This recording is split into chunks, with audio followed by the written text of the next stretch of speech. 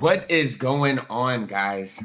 So I've been seeing this story for the past, I don't know how long, for a week or two now. I've been seeing this story, man. So I've decided to check it out myself because I have not heard of anything like this. I am American, so this is all new to me, bro.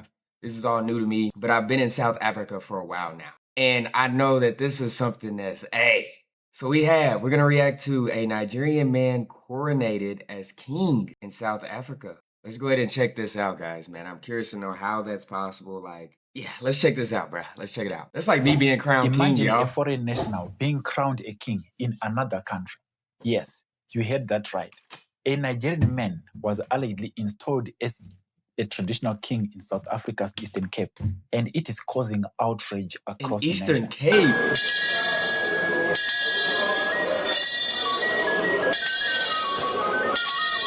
Today we dive deep into the story, the controversy, and what it really means for South Africa and Nigeria. You might have seen the intense reaction to that strange scene in the Eastern Cape last week, where a man claiming to be a Nigerian king held a ceremony. This is in the Eastern Cape. He said this was his coronation and that he was now a traditional leader in the Eastern Cape. The man calls himself Chief Solomon Ogbonna Eziko. He now calls himself, this is the title he's given himself, Igwe Ndigbo na East London. Reports first emerged in mid-2026 that Chief Solomon Ogbonna Eziko was crowned Igwe Ndigbo na East London, literally King of Igbos in East London, South Africa. The ceremony, shared widely on social media, shocked locals and sparked heated debates. I'm Chief Alex Ogudetukwu Anaya, President of Igbo One, Nogede, Deputy Isinze, South African branch. We are here to witness the traditional coronation of one of our members, Igwe Obedike. So we are here with our Igbo. Many viewed it as an attempt by diaspora communities to assert authority outside their homeland. But here's the first thing you need to know. The royal house of Abatembo. Okay, I'm just gonna give my opinion. I feel like it's kind of like it's kind of disrespectful, bro. You know what I'm saying? Because me personally, I feel like how can I come to South Africa and now me try to come and be king over another nation? You know what I mean? That's like coming in somebody's household and trying to be the dad. You feel me? They already got the mom, dad, you know what I'm saying, the parents, but you go into their household and trying to be the father. Like, nah, bruh. Whose territory this event touched has publicly distanced itself from the coronation. According to their senior advisor, Advocate Matthew Matwa, the claims are part of what he calls a conquest strategy, an effort by some Nigerian nationals to gain recognition in foreign lands. Watching news at Prime, let's get into this conversation now. There's growing outrage over the alleged coronation of a Nigerian chief or king in the Eastern Cape. The Royal House of Abatembo has distanced itself from the event, the Royal House Council saying it will write to the Nigerian consulate on this particular issue. Let's talk now to the senior royal advisor to Abatembo, and that is Advocate Matthew Mpahla. I'd like to start with this question, whether King Kaya of Abatembo Nation either participated or even endorsed this event, which apparently was front and center of the social media networks. Quite frankly, he did not.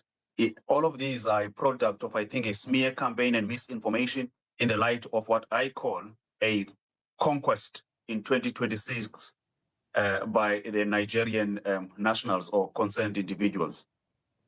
Let us be clear that South Africa, Eastern Cape Province, is not a colony of Nigeria. Now, what do I mean by that?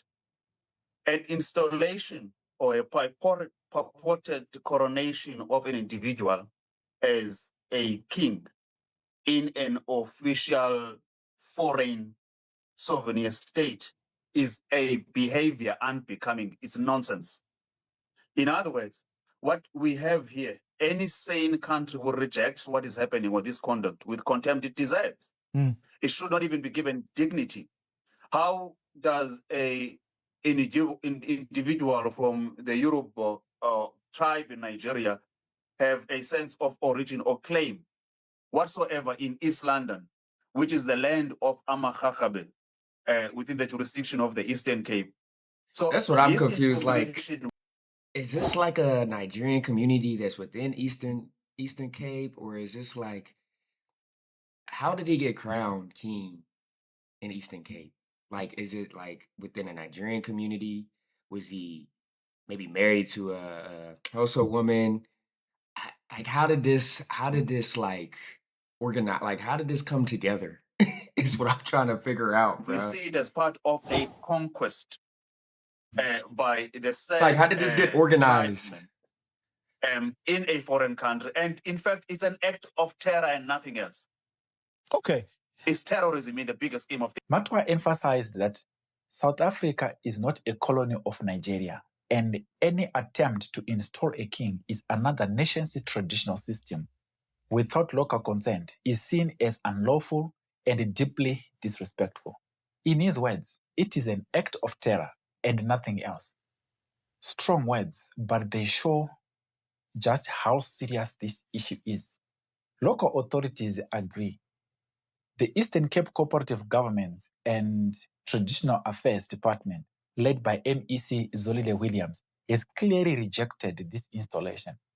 We are equally surprised by the conduct of the people who purported to be Nigerian nationals. It's a direct attack to the sovereignty of South Africa as a country, as well as undermining the national security of the country.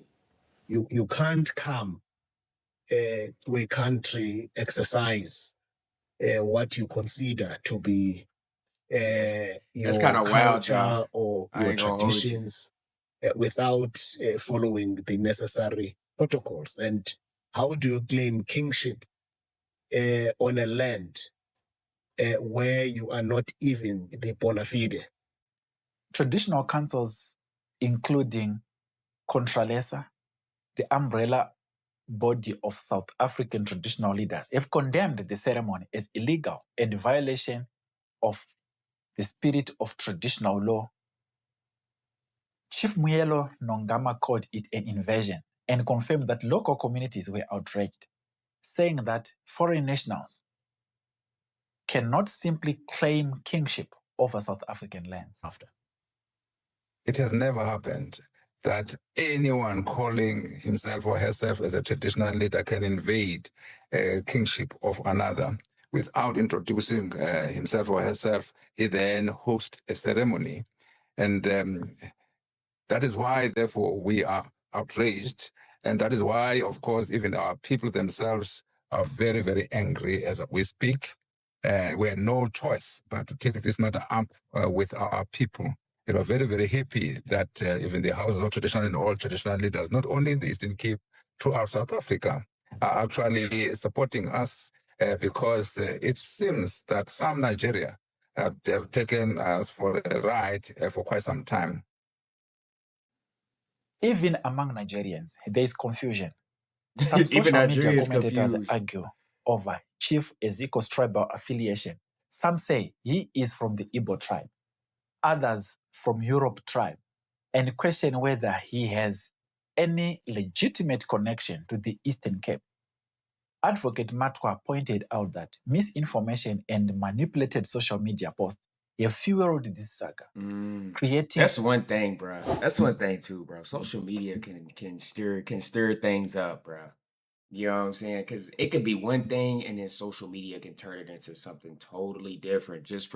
Definitely on Twitter now. Now that you can get paid for, you know what I'm saying, interactions and stuff on Twitter, people will say anything on Twitter. You know what I'm saying, to get those interactions up and for people to pay you. Bruh, so I mean, it's hard to believe a lot of things that's on the internet, especially Twitter these days, bro. A narrative that simply isn't that we accurate. built for ourselves. So I want, from that premise, I want you to know that Nigeria and South Africa, really have very deep ties. So when it comes to an isolated case like this, we gathered it.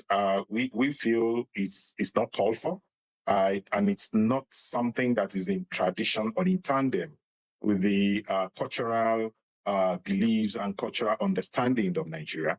I must first say straight that there are rooms for different groups to associate, to fraternize, and to also animate their cultural reality. But of course, that does not, presupposes crowning a king.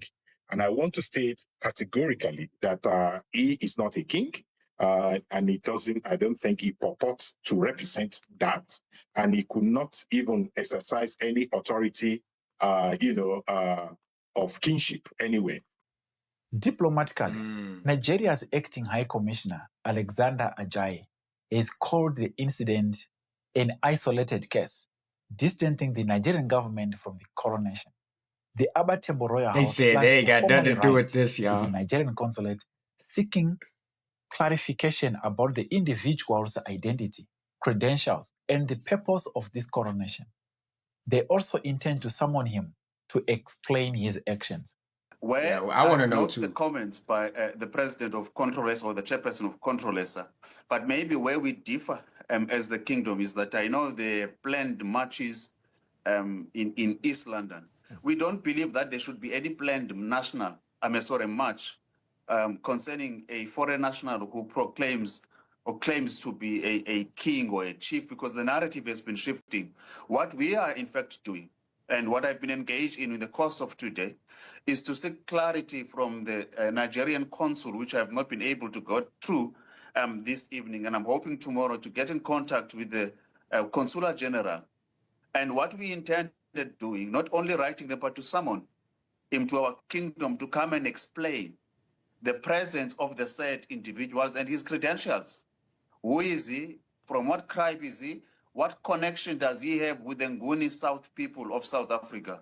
What claim does he have, if any, with the Eastern Cape province in South Africa? Those are the questions that we shall put They forward probably ain't to the gonna know Consular none of General that. of Nigeria They ain't through gonna know that none of that, protocol, bro. Collie. Yeah. This event is not just a local controversy. It raises broader questions about social cohesion, xenophobia, and the respect for national sovereignty. Well, the Igbos are more or less the type of people whose desire is mainly to dominate everybody. If they go to a village, to a town, they want to monopolize everything in that area. If you put them in a labor camp as a laborer, within a year they will try to emerge as headman of that camp, and so on. Well, in the past, our people were not alive to their responsibilities. While diaspora communities naturally seek to preserve their traditions, imposing foreign titles within another country crosses legal and cultural boundaries. Yeah, that's crazy. Experts warn that if unchecked, such acts could strain relations between communities and authorities and even create tensions in already sensitive regions. South Africa has always allowed foreign nationals to live and work legally. But exactly. Now, once you start, abusing that, and now you want to try to become king or have authority over, bro, like just play your part, bro. Play your role. You feel me? Like you visiting somebody else's home, you in somebody else's country. You know what I'm saying? You got to respect, the people, the culture, and things like that. Okay, maybe y'all got similar traditions in your country. You know what I'm saying, Nigeria, but you can't go to another country and be like, okay. You feel me? You can't, bro. Come on. Traditional leadership is a delicate system, steeped in centuries of history. Attempting to create parallel leadership structures can never be legitimate, especially in areas like East London, which belongs to the Amakabi and other local groups. Advocate Matwa summarized it best. This is not about brotherhood or cultural exchange. It is about an unlawful attempt to assert authority where none exists. And now, the story continues to unfold, with social media, local leaders, and governments all watching closely. So was a Nigerian really crowned a king in South Africa? The coronation happened, but the legality, recognition, and support are virtually non-existent. It is a story of misinformation, social media spectacle, and a clash between tradition and modern law. If you want to stay informed about African history, I could definitely see how Twitter, y'all. I could definitely see how Twitter can take this and run with it, bro. If y'all are on Twitter, if y'all know Twitter, bro, y'all know people on Twitter. Y'all know how Twitter people like anything, and definitely this subject right here, bro. They was running with it, probably making all types of different posts, saying anything just for clicks and comments, and trying to make some bread off of it. But look, man, let me know what you guys think about this situation, bro. Like I said, I feel like it's very, very disrespectful to go to another country and try to, you know what I'm saying, try to be a leader, try to be crown king, you know what I'm saying, do all these other things, bro. Like, nah, man. Nah. Nah, bruh. Let me know what y'all thoughts are. Hope you guys enjoy my reaction and commentary. If you did, smash that like, sub channel, man. Stay tuned next.